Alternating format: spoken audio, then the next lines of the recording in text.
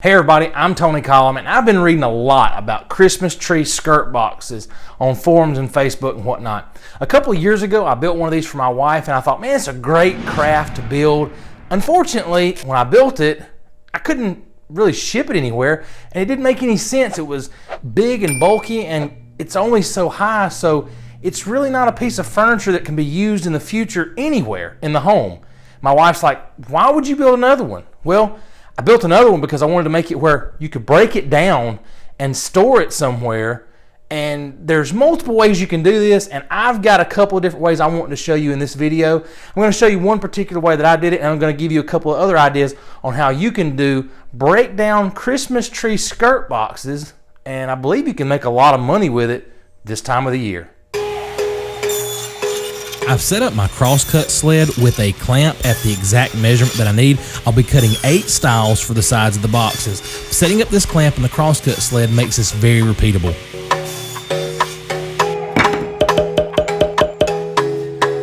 And now we'll begin cutting the rails for all 4 sides of the Christmas tree skirt box. Remember, there's going to be 2 long sides and 2 short sides to give this thing the square dimensions that we're shooting for.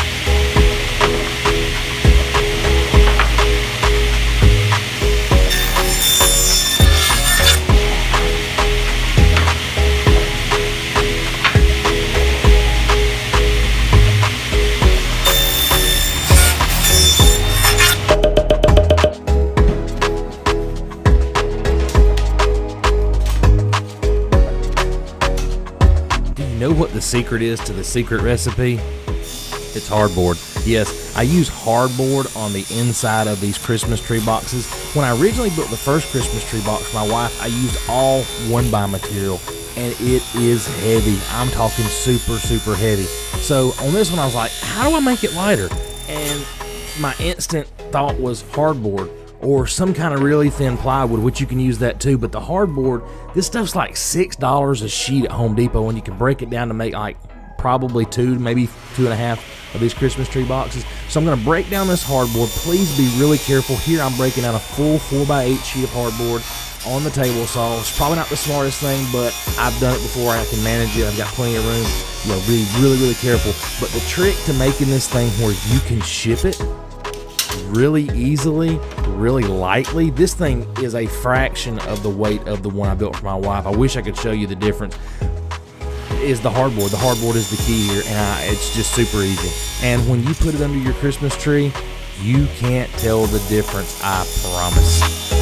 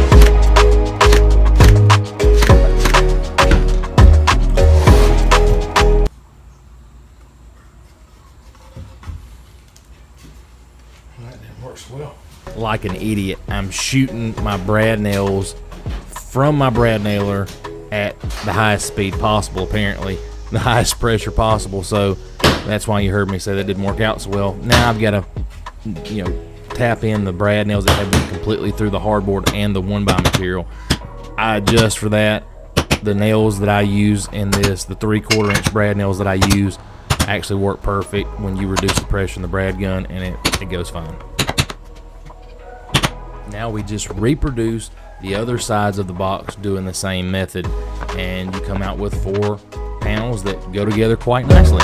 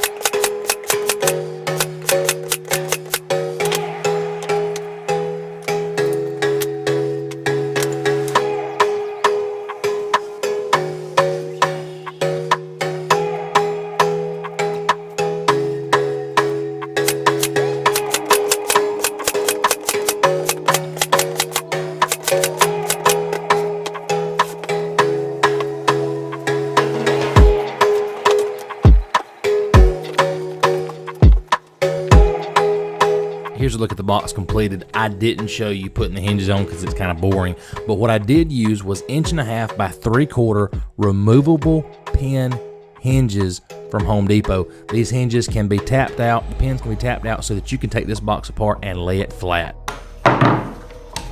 So all you have to do to take this box apart is remove, and so the other side, the pins are facing the upside, so just grab it from there.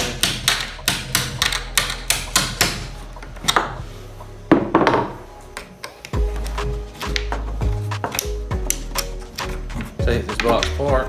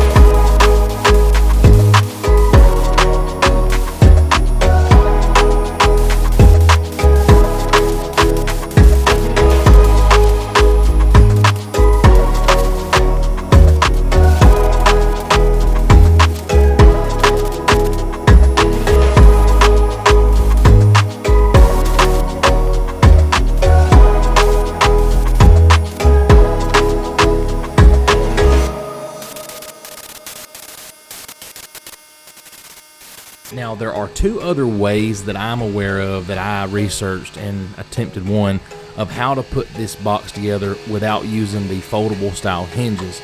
The first thing that I used was rare earth magnets that I bought at Home Depot.